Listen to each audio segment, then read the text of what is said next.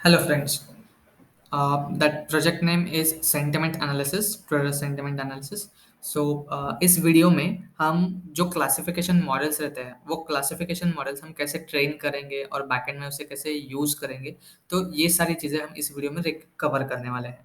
सो ये जो Jupiter file है, इस जुपिटर फाइल को आपको ओपन करना है। जो आपके पास जो फ़ोल्डर हमने पास किया है, सेंटिमेंट विदाउट हडूप, सो उस फ़ोल्डर के अंदर ये जुपिटर अंडरस्कोर मॉडल करके एक फ़ोल्डर रहेगा।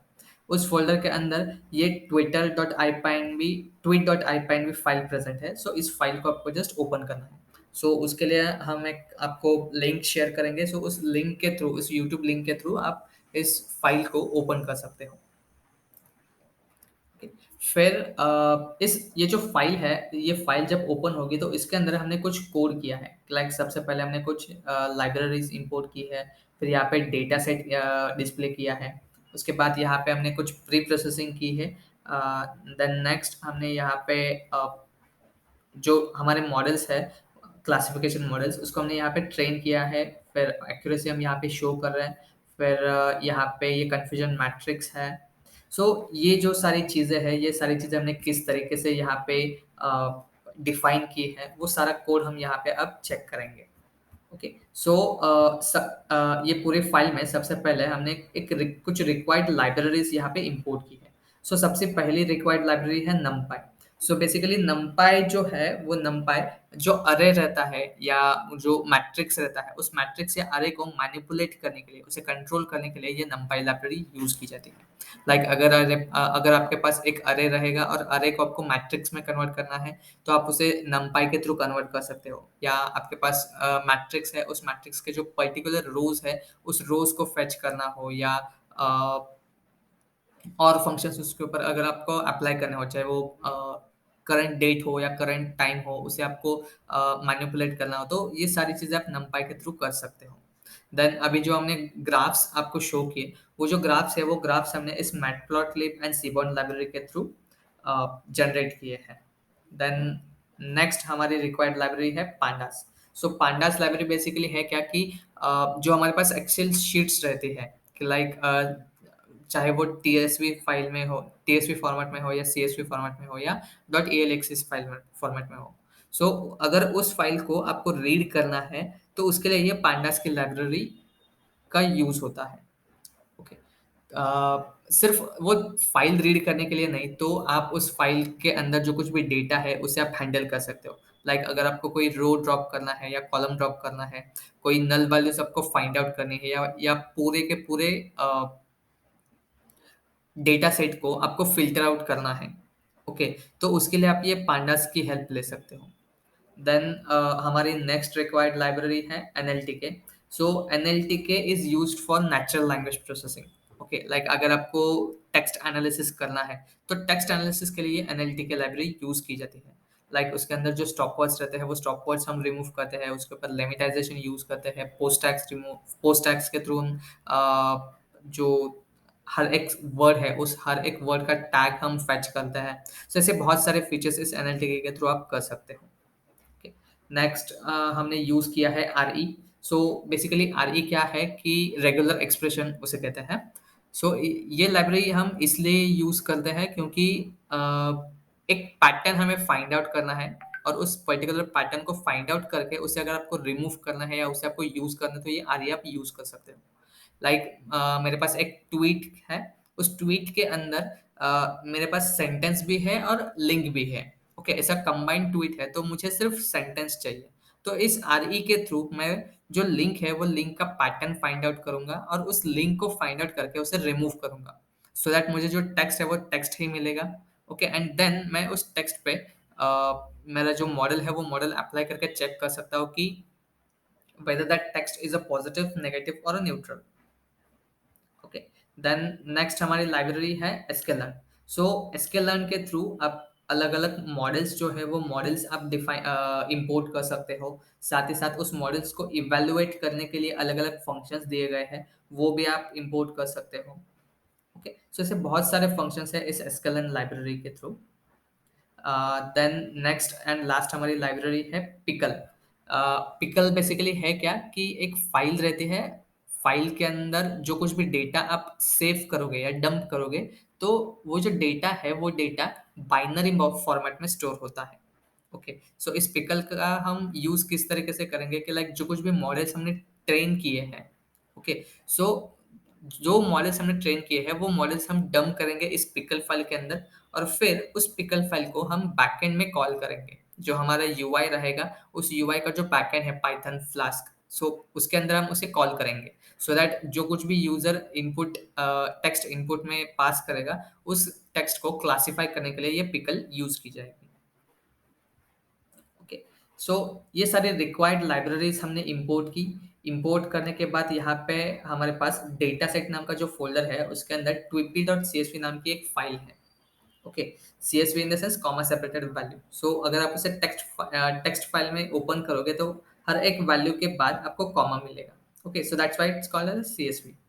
सो उस CSV को हमने पांडास लाइब्रेरी के थ्रू कॉल किया। कॉल रीड करने के बाद उसे वो सारा डेटा हमने स्टोर किया है एक वेरिएबल में df1, df in the sense data frame 1। Okay, so अगर आप उस डेटा फ्रेम 1 उस वेरिएबल को अगर आप यहाँ पे प्रिंट करोगे, तो यहाँ पे वो CSV के अंदर जितना भी डेटा है वो इस फॉर्मेट में आपको दिखेगा। ओके, सो सबसे पहले तो वो first 5 values and last 5 values को प्रिंट करेगा। देन टोटल कितने रोज एंड कितने कॉलम्स प्रेजेंट है ये भी वो प्रिंट करेगा। एंड एट द एंड जो भी डेटा या जो कुछ भी रोज एंड कॉलम्स प्रेजेंट है वो सारी चीजें आपको यहाँ पे नजर आएंगी। ओके, सो हमारे पास जो twippy.csv है वो CSV के अंदर इतने सारे कॉलम्स हैं। Unnamed one, created at, so created at in the sense कि ये जो ट्वीट है, ये ट्वीट कब यूजर ने ट्वीट किया था ट्विटर पे, सो उसकी डेट एंड टाइम है। देन इस ट्वीट का आईडी क्या है, कहाँ से उसने ट्वीट किया था वो लोकेशन, वर्चुअल ट्वीट क्या है वो टेक्स्ट। देन यहाँ पे यूजर का नेम आएगा, यूजर नेम, यहाँ पे अकाउंट नेम आएगा।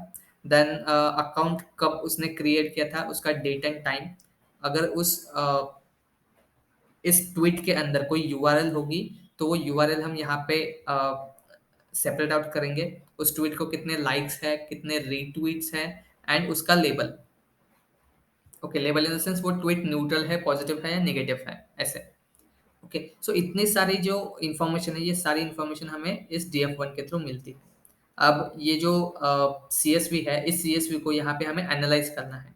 एनालाइज करने के बाद हमें ये पता चलेगा कि अब हमें इस प्रोजेक्ट में सिर्फ टेक्स्ट को क्लासिफाई करना है। सो ये जो ट्वीट है इस ट्वीट को हमें सिर्फ क्लासिफाई करना है। सो हमें ये पता चला कि इस CSV के थ्रू हमें ये इंफॉर्मेशन मिलती है कि हमें सिर्फ ये tweet underscore text and label, ये दो ही कॉलम्स हमें यूज करने हैं। ओके, सो इसके लिए हमें आगे की प्री प्रोसेसिंग करनी है। सो आगे हमने यहाँ पे क्या किया है नेक्स्ट सेल में कि लाइक यहाँ पे df1 of label dot unique. So यहाँ पे डेटा फ्रेम के अंदर आपको कौन से कॉलम की यूनिक वैल्यू चाहिए। ओके, उस कॉलम का नाम हमें यहाँ पे ऐड करना है, और डॉट यूनिक से आपको उस कॉलम के अंदर कितनी यूनिक वैल्यूज प्रेजेंट है वो आपको पता चलेगी। साथ ही साथ यहाँ पे डेटा टाइप भी आपको पता चलेगा। सो हमें पता है tweet dot text and label, ये दो वैल्यूज हमें, ये दो कॉलम्स हमें चाहिए, यूज होने वाले हैं आगे जाके। तो उसके लिए मैंने लेबल के अंदर कितने यूनिक वैल्यूज है वो मैंने यहाँ पे चेक किया। ओके, देन नेक्स्ट हमने यहाँ पे df1.shape यूज किया है। सो df1.shape के थ्रू मुझे ये पता चलेगा कि इस फाइल के अंदर कितने रोज एंड कितने कॉलम्स प्रेजेंट है। सो फर्स्ट वैल्यू रिप्रेजेंट करती है रोज को एंड सेकंड वैल्यू रिप्रेजेंट करती है कॉलम्स को। ओके, देन नेक्स्ट हमने df1.info किया है। सो इन्फो से हमें ये पता चलेगा कि जो df है, डेटा फ्रेम है, उसके अंदर क्या क्या वैल्यूज प्रेजेंट है, कितनी वैल्यूज है, और हर एक वैल्यू का क्या डेटा टाइप है। सो ऐसी बहुत सारी चीजें हमें इस इंफॉर्मेशन के थ्रू पता चलेगी। सो सबसे पहली इंफॉर्मेशन है क्लास। सो ये जो डेटा फ्रेम है ये डेटा फ्रेम का क्लास क्या है। सो pandas.core.frame.dataFrame, सो एक्चुअली ये डेटा फ्रेम है। Basically data frame in the sense या pandas.core.frame.dataFrame का मतलब रहता है कि आपके पास जो CSV है उसके अंदर अलग अलग कॉलम्स प्रेजेंट हैं। ओके, अगर उस CSV के अंदर या अगर आपके पास मोर देन वन कॉलम्स रहेंगे तो वो डेटा फ्रेम में डिवाइड हो जाता है। ओके। और अगर आपके पास सिंगल कॉलम रहेगा तो वो pandas dot core dot series हो जाता है। ओके, सो हमारे पास अभी मल्टीपल कॉलम्स प्रेजेंट है, सो उसके लिए उसने उसे डिवाइड कन्वर्ट किया डेटा फ्रेम में। ओके, देन नेक्स्ट उसका रेंज इंडेक्स क्या है, उसके अंदर टोटल कितने इंडेक्स नंबर्स है। सो टोटल 10 एंट्रीज है from 0 to 999, sorry 4 times 9।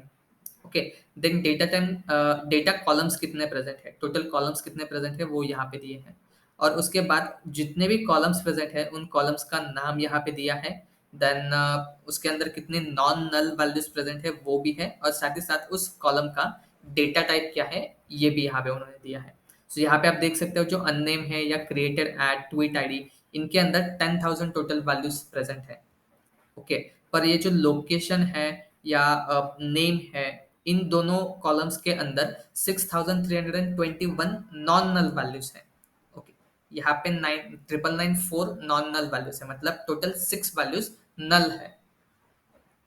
Okay, next हमें ये जो डेटा टाइप है, हर एक कॉलम का डेटा टाइप हमें पता चलता है कि लाइक ये जो अननेम्ड जीरो है ये इंटीजर फॉर्मेट में है, क्रिएटेड एट ऑब्जेक्ट फॉर्मेट में है, object in the sense string format में है। ओके, ट्वीट आईडी भी इंटीजर फॉर्मेट में है, तो आप यहाँ पे देख सकते हो ये इंटीजर फॉर्मेट में है, ये ऑब्जेक्ट फॉर्मेट में है, ये इंटीजर, ये object in the sense string. Okay, so ऐसी इंफॉर्मेशन आपको यहाँ पे पता चलेगी। साथ ही साथ ये जो डेटा टाइप्स है, ये डेटा टाइप्स यहाँ पे हर एक डेटा टाइप में कितने कॉलम्स प्रेजेंट है ये हमें यहाँ पे पता चलता है। ओके, और यहाँ पे मेमोरी यूसेज दिया है।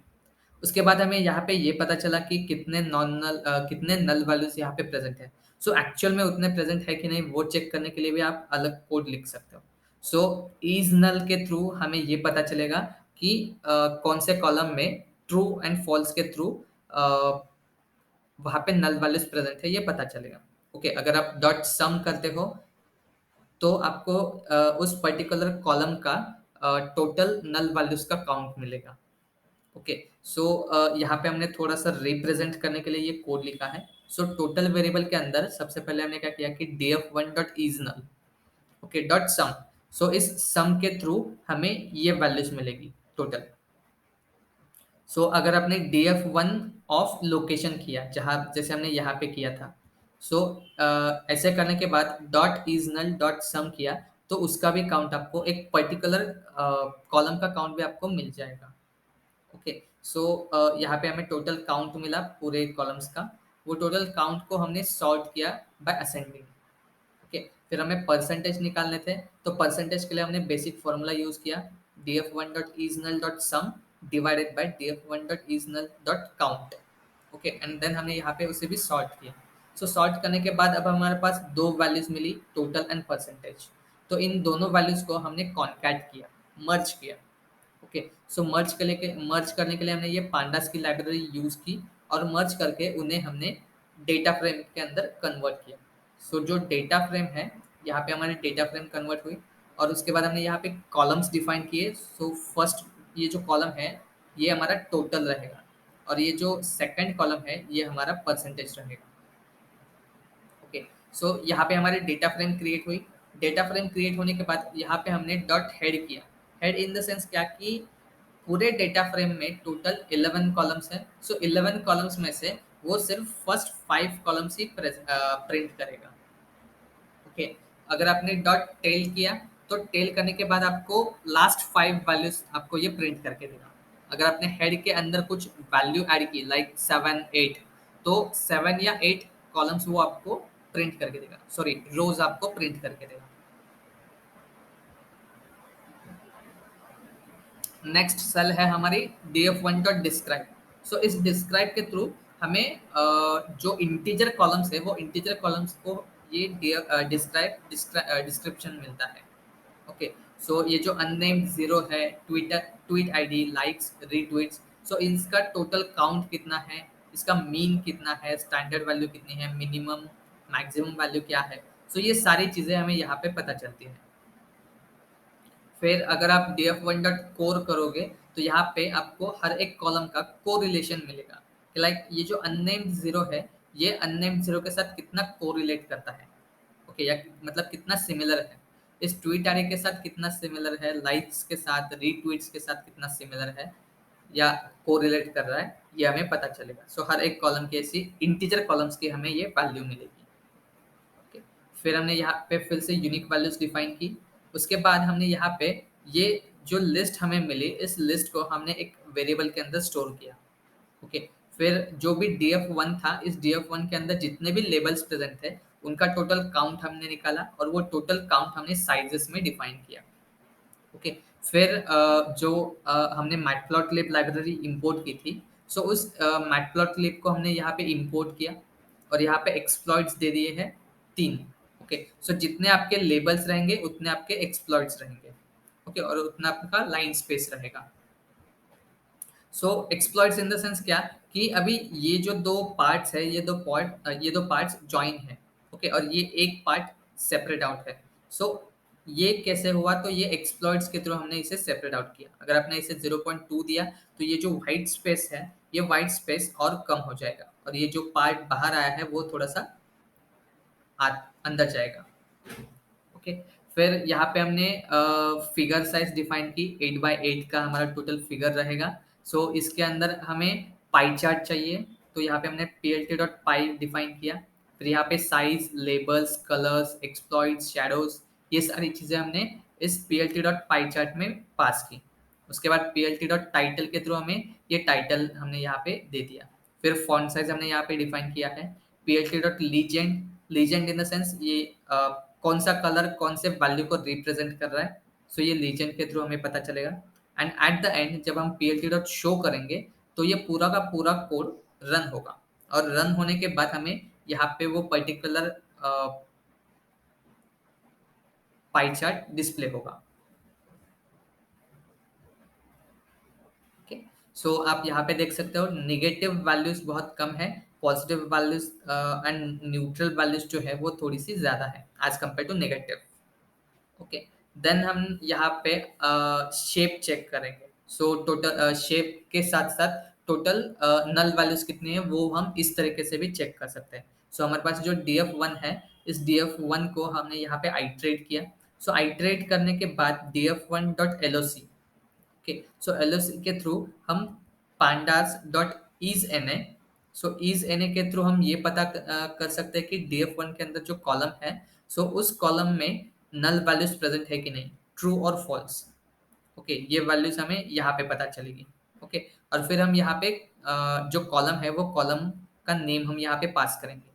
सो यहाँ पे हम क्या करेंगे कि जो लोकेशन रहेगा नल वैल्यूज का, उस नल वैल्यू के लोकेशन के बेसिस पे हम यहाँ पे पूरे डीएफ को फिल्टर आउट करेंगे। ओके, यहाँ तक हमने पूरे डीएफ को फिल्टर आउट किया। फिल्टर आउट करने के बाद यहाँ पे हमें सिर्फ नल वैल्यूज मिली। सो जो नल वैल्यूज मिली उनका टोटल शेप कितना था, मतलब टोटल रोज कितने थे एंड कॉलम्स कितने थे। Okay, so rows and columns ऐसे दो वैल्यूज मिलती है। सो सबसे पहली जो वैल्यू है वो वैल्यू हमें चाहिए। सो शेप ऑफ 0 किया हमने, सो दैट हमें वो फर्स्ट वैल्यू मिली। वो फर्स्ट वैल्यू हमने इस वेरिएबल के अंदर स्टोर की एंड यहाँ पे प्रिंट किया देयर आर, फिर यहाँ पे नल वैल्यूज का count and N A in columns and फिर कॉलम का नेम। ओके, फिर हमने यहाँ पे जो टेक्स्ट कॉलम जो हमें यूज करना था वो टेक्स्ट कॉलम हमने यहाँ पे चेक किया। ओके, सो जैसे आप df1 ऑफ ट्वीट टेक्स्ट करोगे प्रिंट, तो यहाँ पे भी आपको same first 5 values and last 5 values आपको नजर आएंगी। Then name of the column, total length and data type of column. Okay, अब यहाँ से हम जो नेचुरल लैंग्वेज प्रोसेसिंग है एनएलटीके, वो सारी चीजें हम यहाँ से स्टार्ट करेंगे। सबसे पहले हमने एनएलटीके लाइब्रेरी इंपोर्ट की। इंपोर्ट करने के बाद यहाँ पे एनएलटीके डॉट डाउनलोड ऑल, सो एनएलटीके के अंडर जितने भी फंक्शंस आते हैं, जितने भी लाइब्रेरीज है, जितने भी फंक्शंस है, वो सारे हमने यहाँ पे डाउनलोड किए, ये सारे। ओके, अब ये डाउनलोड करने के बाद हमने क्या किया कि ये जो ट्वीट टेक्स्ट था, ये ये पूरा का पूरा ट्वीट टेक्स्ट, इसके अंदर अगर कोई नल वैल्यूज प्रेजेंट रहेगी तो उसे हम पहले ड्रॉप करेंगे। ओके, ड्रॉप करने के बाद यहाँ पे हमने उस टेक्स्ट को, उस कॉलम को यहाँ पे आइट्रेट किया। So for entry in df1, सो ये जो कोड है, ये कोड सबसे पहले यहाँ से रन होगा। फॉर एंट्री इन df1, सो यहाँ पे ट्वीट टेक्स्ट को हमने आइट्रेट किया, यहाँ पे एंट्री मिली। जो एंट्री मिली उस एंट्री को हमने यहाँ पे लोअर केस में कन्वर्ट किया। ओके, सो सबसे पहले step 1 is this, step 2 is this. Okay, so जो एंट्री मिली वो एंट्री को हमने लोअर केस में कन्वर्ट किया।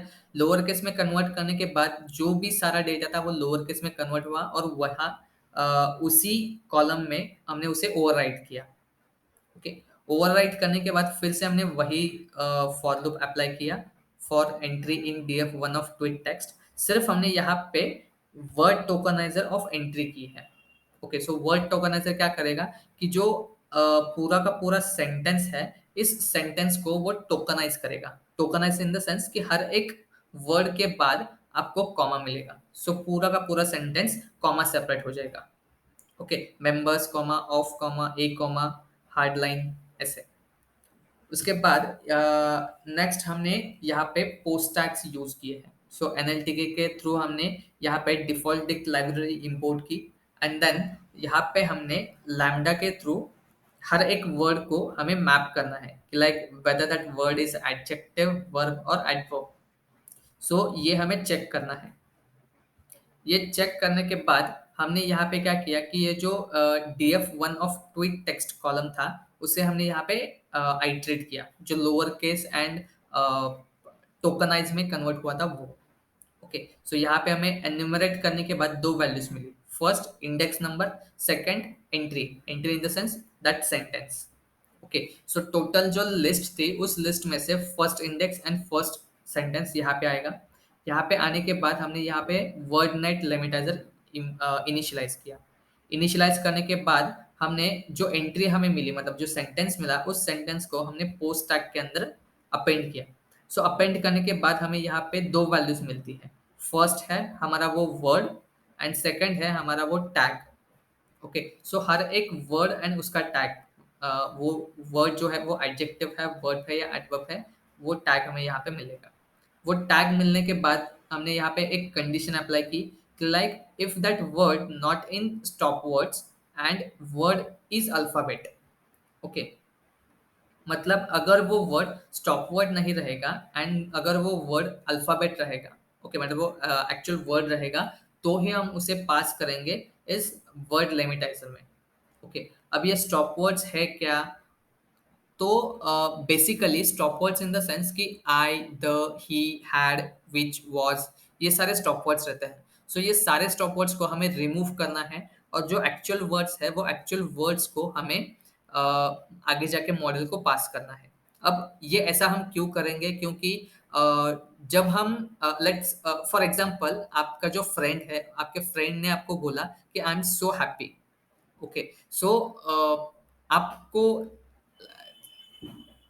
आपको within a second trigger होगा कि आपका जो फ्रेंड है वो फ्रेंड हैप्पी है। ओके, सो आपने सबसे पहले फोकस किया हैप्पी वर्ड पे एंड नेक्स्ट आपने फोकस किया आई एम सो पे। सो एज ए ह्यूमन आपने एक्नॉलेज इस तरीके से किया।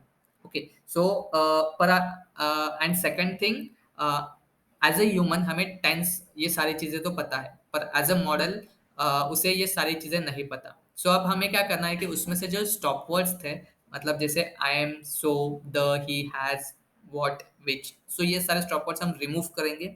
रिमूव करने के बाद जो एक्चुअल वर्ड्स बचते हैं वो एक्चुअल वर्ड्स हम यहाँ पे पास करेंगे वर्ड लिमिटाइज के लिए। सो ये जो एक्चुअल वर्ड है ये actual word with tag map, मतलब वो एडजेक्टिव है, नाउन है, वर्ब है, एडवर्ब है, वो सारे टैग्स यहाँ पे हमें मिलेंगे। Okay, so based on that tag map ये वर्ड लिमिटाइजर उसे कन्वर्ट करेगा रूट वर्ड में। ओके, अब ये रूट वर्ड एक्चुअली रहते क्या है? तो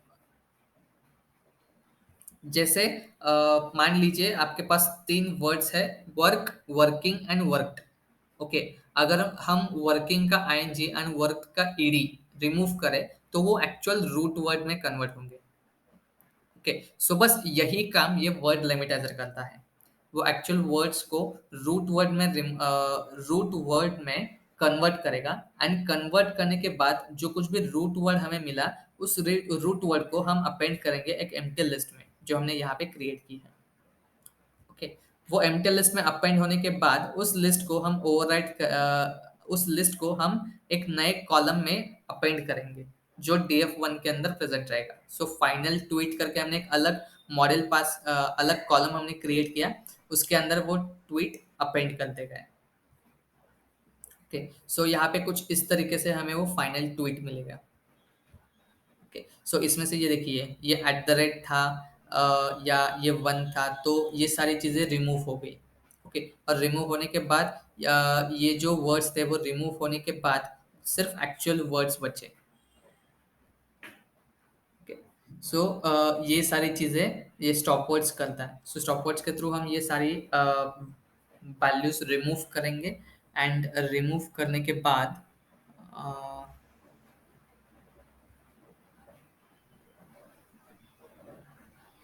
ओके, यहाँ पे कोई ऐसा वर्ड नहीं है जो वर्ड लिमिटाइजर में कन्वर्ट हुआ है। सो यहाँ पे वो नजर आएंगे। सो आप अगर इस ये जो डेटा सेट आपको दिख रहा है, सो इसे आप अगर स्टोर करते हो तो आप इसे एनालाइज कर सकते हो कि लाइक ये जो एक्चुअल ट्वीट था वो और फाइनल ट्वीट, इन दोनों में डिफरेंस क्या है। ओके, नेक्स्ट, अब हमारे पास ये जो पूरा फाइनल ट्वीट था, इसके अंदर आप देख सकते हैं कि यहाँ पे ये स्क्वायर ब्रैकेट है। ओके, और यहाँ पे कुछ सिंगल सिंगल इन्वर्टेड कॉमास है।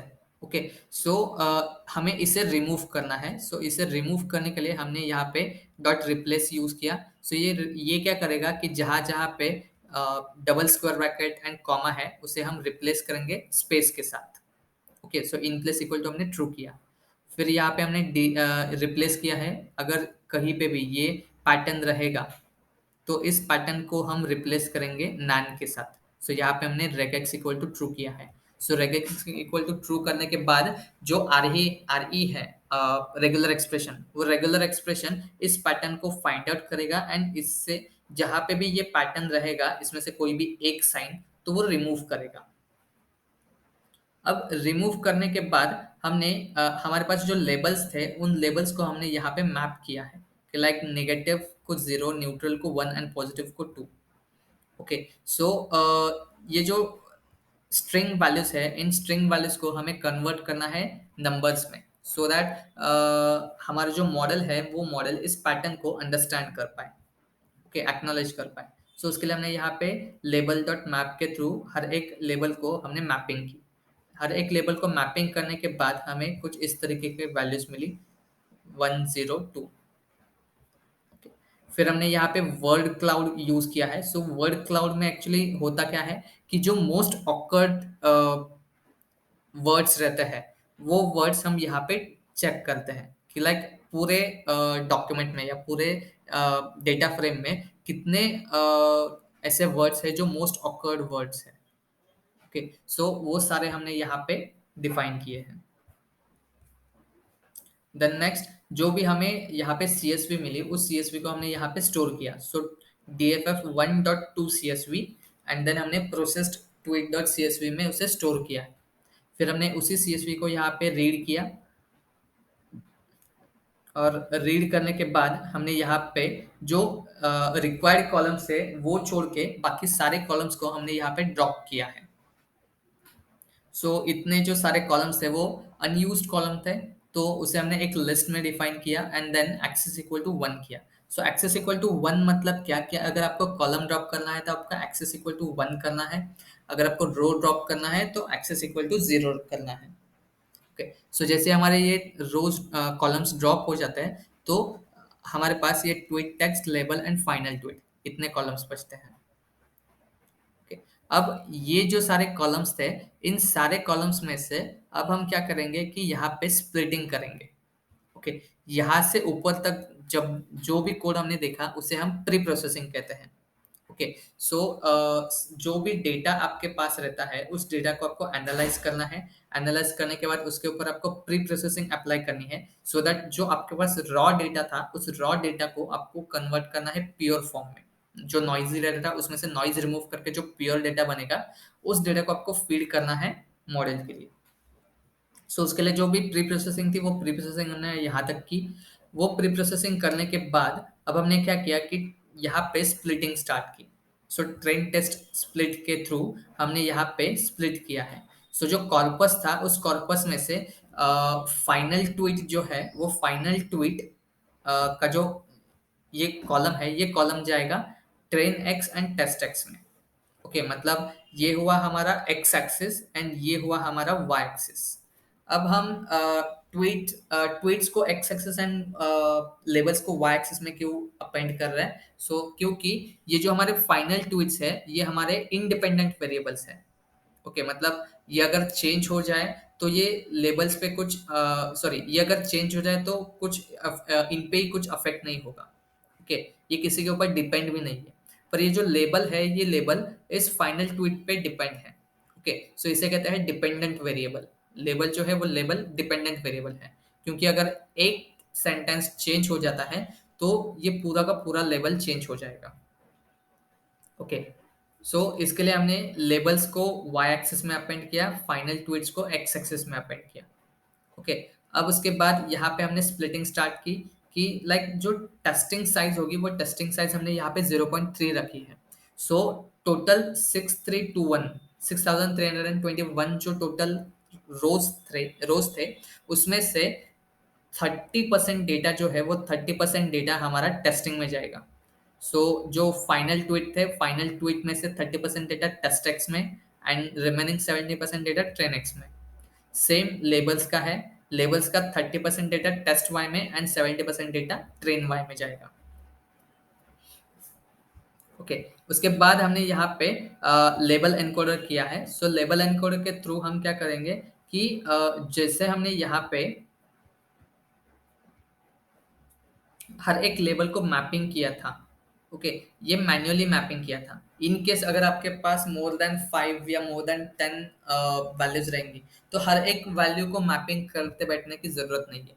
सो डायरेक्टली हम इस लेबल एनकोडर को यूज करेंगे तो वो ऑटोमेटिकली हर एक वैल्यू को, हर एक लेबल को एक यूनिक वैल्यू असाइन करेगा, सेम जैसे ही हमने मैपिंग किया है। Okay, so test y and train y में जितने भी वैल्यूज होंगे वो सारे वैल्यूज को हमने यहाँ पे एनकोड किया। एनकोड करने के बाद यहाँ पे हमने जो क्लासेस डिफाइन थे, पॉजिटिव, नेगेटिव एंड न्यूट्रल, वो क्लासेस हमने यहाँ पे स्टोर किए। स्टोर करने के बाद यहाँ पे हमने टीएफ आईडीएफ वेक्टराइजर डिफाइन किया है और यहाँ पे मैक्स फीचर इक्वल टू 7 किया है। अब ये टीएफ आईडीएफ क्या रहता है? So basically TF in the sense हर एक वर्ड पूरे सेंटेंस में कितनी बार अपीयर हुआ है उसका काउंट। ओके, एंड आईडीएफ मतलब वो पूरा सेंटेंस या पूरा वर्ड पूरे डॉक्यूमेंट में कितनी बार अपीयर हुआ है या पूरे पैराग्राफ में कितनी बार अपीयर हुआ है उसका काउंट। ओके, इन दोनों का मल्टीप्लिकेशन होता है और मल्टीप्लिकेशन होने के बाद जो कुछ भी लॉग उसका निकलता है वो लॉग के बेसिस पे हम एक ग्राफ जनरेट करते हैं। ओके, सो बेसिकली वो जो ग्राफ रहता है वो ग्राफ कुछ इस तरीके से दिखता है।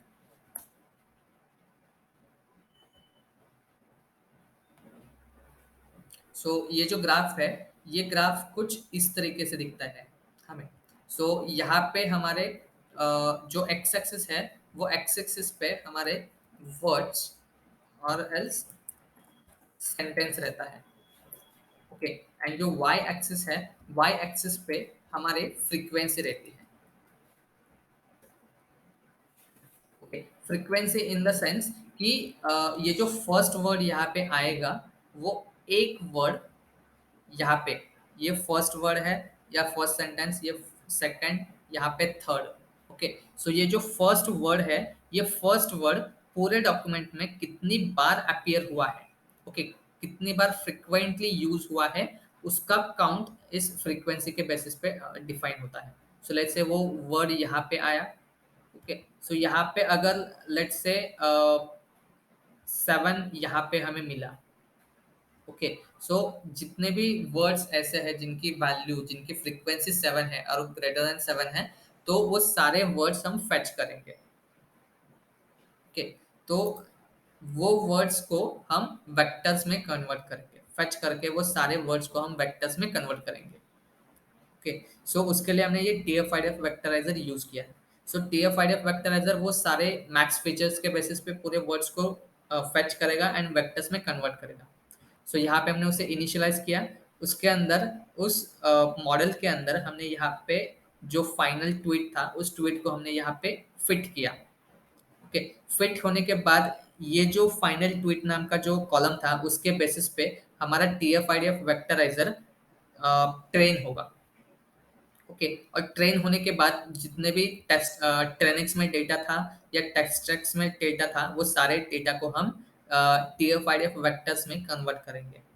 अब कन्वर्ट करने के बाद हम यहाँ पे sklearn के थ्रू नेवबेस इंपोर्ट किया है, सो उस नेवबेस को हमने यहाँ पे इनिशियलाइज किया।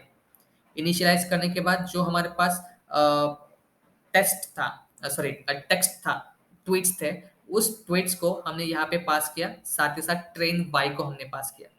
अब सिर्फ train x and train y को हमने क्यों यूज किया, क्योंकि train x and train y के अंदर ऑलमोस्ट 70% डेटा प्रेजेंट है। Okay, and test x and test y के अंदर हमारा 30% डेटा है। सो जो ट्रेनिंग का डेटा है, इस ट्रेनिंग डेटा के बेसिस पे हम मॉडल ट्रेन करेंगे, एंड जो टेस्टिंग का डेटा है, इस टेस्टिंग के डेटा पे हम प्रिडिक्शन डिफाइन करेंगे। टेस्ट एक्स जो है, उस टेस्ट एक्स के बेसिस पे हम प्रिडिक्शन डिफाइन करेंगे। उसके बाद जो कुछ भी हमें प्रिडिक्शन मिलेगा, उस प्रिडिक्शन को जब हम टेस्ट वाई के साथ कंपेयर करते हैं, ओके, तब जाके हमें एक्यूरेसी मिलती है कि लाइक ये जो नेवबेस है, इस नेवबेस ने टेस्ट एक्स वैल्यूज के बेसिस पे प्रेडिक्शन दिया, और प्रेडिक्शन के बेसिस पे हमें ये पता चला कि ये ऑलमोस्ट 51% राइट आउटपुट दे सकता है। ओके, सो ये उसकी एक्यूरेसी है। सो ये एक्यूरेसी हमने यहाँ पे निकाली। उसके बाद यहाँ पे हमने जो प्रेडिक्शन था, सेम कोड यहाँ से कॉपी करके यहाँ पे पेस्ट किया। पेस्ट करने के बाद यहाँ पे हमने मैट्रिक्स एक्यूरेसी निकाली, मैट्रिक्स एक्यूरेसी स्कोर निकाला, फिर matrix precision score, recall and F1 score, ये सारी चीजें हमने यहाँ पे डिफाइन की है।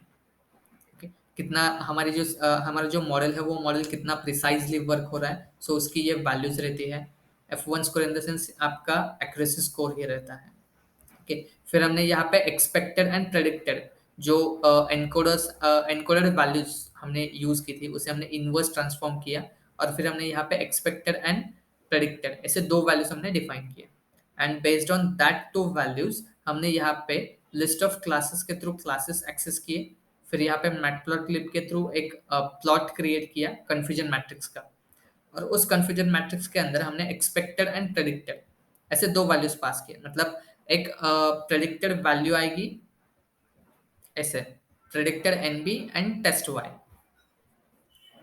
ओके, सो इन दो वैल्यूज को हम जैसे ही इस कंफ्यूजन मैट्रिक्स में पास करेंगे, सो हमें यहाँ पे एक कंफ्यूजन मैट्रिक्स मिलेगा।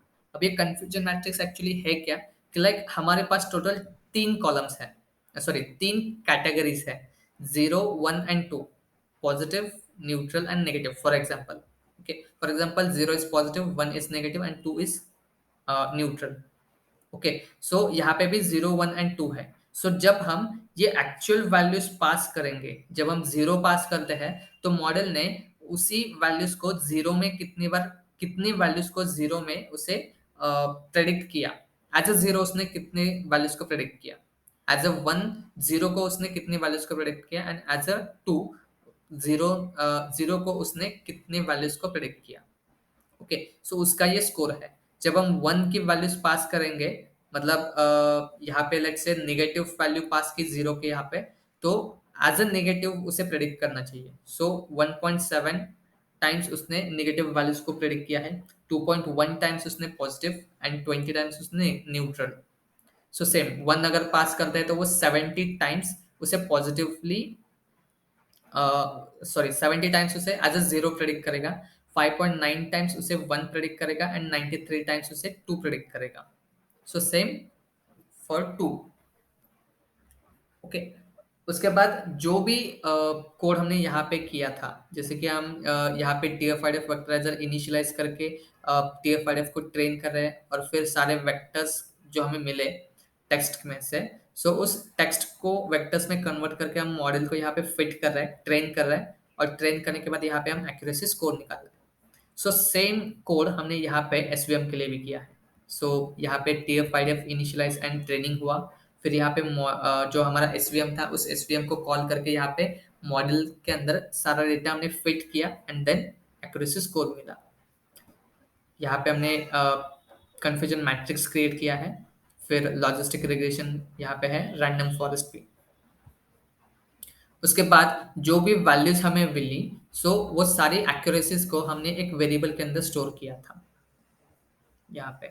ओके, सो हर एक वेरिएबल को हमने यहाँ पे फेच किया और उसे हमने एक लिस्ट के अंदर पास किया। लिस्ट के अंदर स्टोर करने के बाद हमने सीबॉर्न एंड मैटप्लॉट लाइब्रेरी के थ्रू एक बार प्लॉट क्रिएट किया है, जिसके अंदर हम एल्गोरिदम एंड उसका स्कोर पास करेंगे। ओके, ये दो वैल्यूज पास करने के बाद हमें एक बार प्लॉट मिला। ओके, सेम हमने पाई चार्ट डिफाइन किया। सो पाई चार्ट के बेसिस पे भी हमें पता चला कि कौन सी वैल्यूज कौन से मॉडल की कितनी एक्यूरेसी है। ओके, सो ये जस्ट विजुअलाइजेशन के लिए है। उसके बाद एट द एंड जो भी हमने मॉडल्स ट्रेन किए थे, उस ट्रेन किए हुए मॉडल को अब हम यहाँ पिकल फाइल में स्टोर करेंगे। ओके, सो यहाँ पे हमने पिकल फाइल को इंपोर्ट किया। इंपोर्ट करने के बाद यहाँ पे हमने with open NB pickle, so NB pickle नाम की एक फाइल क्रिएट होगी। उस फाइल को क्रिएट करने के बाद हम यहाँ पे उसे एक मेथड पास करेंगे, like W be in the sense right in binary. Okay, अगर आपको उसके अंदर कुछ डेटा स्टोर करना है, कुछ उसके अंदर डेटा डंप करना है, तो उसके लिए आपको ये डब्ल्यू बी यूज करना है एज अ एफ।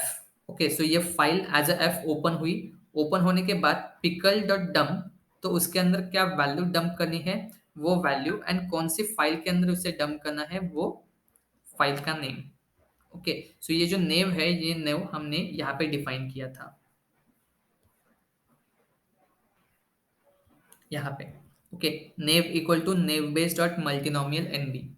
सो उसी नेव को हमने यहाँ पे कॉल किया एंड डॉट फिट करके यहाँ पे train x and train Y pass किया। ओके, सेम हमने एसवीएम के लिए किया था। यहाँ पे सीएलएफ के अंदर हमने मॉडल स्टोर किया इनिशियलाइज करके एंड देन उसे यहाँ पे फिट किया। सो सेम वही CLF हम यहाँ पे यूज कर रहे हैं। सो यहाँ पे हमारा जो ट्रेन्ड मॉडल है, वो ट्रेन किया हुआ मॉडल यहाँ पे हम डंप करेंगे एंड डंप करने के बाद अब हम यहाँ पे उसी फाइल को हम यहाँ पे कॉल करेंगे। जैसे ही हमारा मॉडल ट्रेन हो गया, उसके अंदर डंप होगा। डंप होने के बाद यहाँ पे हमारी फाइल जो पिकल फाइल थी, वो पिकल फाइल यहाँ पे क्रिएट होगी। क्रिएट होने के बाद फिर हम यहाँ पे विथ ओपन उस फाइल को ओपन करेंगे। ओपन करने के बाद फिर उसे हम एक मेथड पास करेंगे। मेथड पास करने के बाद यहाँ पे वो पिकल फाइल जो थी, उसके अंदर जो डेटा था, वो सारा डेटा हम यहाँ पे लोड करेंगे और लोड करने के बाद यहाँ पे हम उसे एक वेरिएबल में स्टोर करेंगे। सो दैट हमें ये पता चलेगा कि हमारी जो पिकल फाइल थी, वो पिकल फाइल क्रिएट हुई है या नहीं, या हमारा डेटा जो था या हमारा जो मॉडल था, वो मॉडल स्टोर हुआ है कि नहीं, इससे हमें ये पता चलेगा। सो यहाँ पे हर एक मॉडल के लिए हमने पिकल फाइल क्रिएट की है। पिकल फाइल क्रिएट हो जाने के बाद यहाँ पे हमने टेस्टिंग का कोड किया है। यहाँ पे हमने सेम, जैसे ही आप हर एक टेक्स्ट को मॉडल मॉडल को फिट करने से पहले हर एक टेक्स्ट को आप वेक्टर्स में कन्वर्ट करते हो, सेम वैसे ही हमें यहाँ पे भी करना है। सबसे पहले हम वेक्टर्स को इनिशियलाइज करके इस फाइनल ट्वीट के जरिए हम TF-IDF को ट्रेन करेंगे। ओके, ट्रेन करने के बाद अब हम क्या करेंगे कि जो टेस्ट टेक्स्ट था, उस टेस्ट टेक्स्ट को तो हम ट्रांसफॉर्म कर ही रहे, साथ ही साथ यहाँ पे यूजर का इनपुट टेक्स्ट आएगा। ओके, उस यूजर के इनपुट टेक्स्ट को हम यहाँ पे ऐड करेंगे एंड देन उसी टेक्स्ट को हम लिस्ट में कन्वर्ट करके उसे ट्रांसफॉर्म करेंगे TF-IDF में। ओके, सो दैट इस टेक्स्ट के जरिए स्टॉप वर्ड्स रिमूव होंगे एंड स्टॉप वर्ड्स रिमूव होने के बाद हमें हर एक वर्ड का वेक्टर मिलेगा। जब हमें वो वेक्टर मिलेगा, उसी वेक्टर को हम आगे जाके पास करेंगे। यहाँ पे हमने वो नेवबेस की जो फाइल थी, उसे हमने यहाँ पे लोड किया। लोड करने के बाद जैसे ही हमारी फाइल लोड होती है, तो उसके अंदर हम ये जो हमें यहाँ पे वेक्टर्स मिले थे, वो वेक्टर्स हमने यहाँ पे पास किए। उस वेक्टर्स के बेसिस पे हमारा जो मॉडल है, वो मॉडल प्रेडिक्ट करना स्टार्ट करेगा। अगर इन केस मुझे प्रिडिक्शन 0 मिला, तो हम डिफाइन करेंगे negative detected by naive Bayes. Okay, मतलब वो जो सेंटेंस है, वो सेंटेंस नेगेटिव है। अगर हमें वैल्यू 1 मिली, तो neutral detected by naive Bayes and 2 मिली, तो positive detected by naive Bayes. In case अगर यहाँ पे वो मॉडल लोड ही नहीं हुआ या कुछ वैल्यू मिली ही नहीं, तो हम प्रिंट करेंगे something went wrong detected by naive Bayes. Okay, same हमने एसवीएम के लिए भी किया है। फाइल लोड की, पिकल फाइल यहाँ पे लोड हुई। लोड होने के बाद यहाँ पे प्रेडिक्शन के लिए हमने TF2 पास किया and based on that TF2 हम यहाँ पे प्रेडिक्शन डिफाइन करेंगे। यहाँ पे हमें वो वैल्यूज मिलेगी। Neutral, positive, neutral, neutral. So हर एक मॉडल के बेसिस पे हमें ये पता चल रहा है कि कौन सा मॉडल सही से आउटपुट दे रहा है। ओके, और जब हमें ये पता चलेगा कि सही आउटपुट कौन सा मॉडल दे रहा है, तो उसके बाद हम उस मॉडल को बैकएंड में यूज करेंगे। सो जो बैकएंड का पार्ट है वो हम नेक्स्ट वीडियो में कवर करेंगे। Thank you.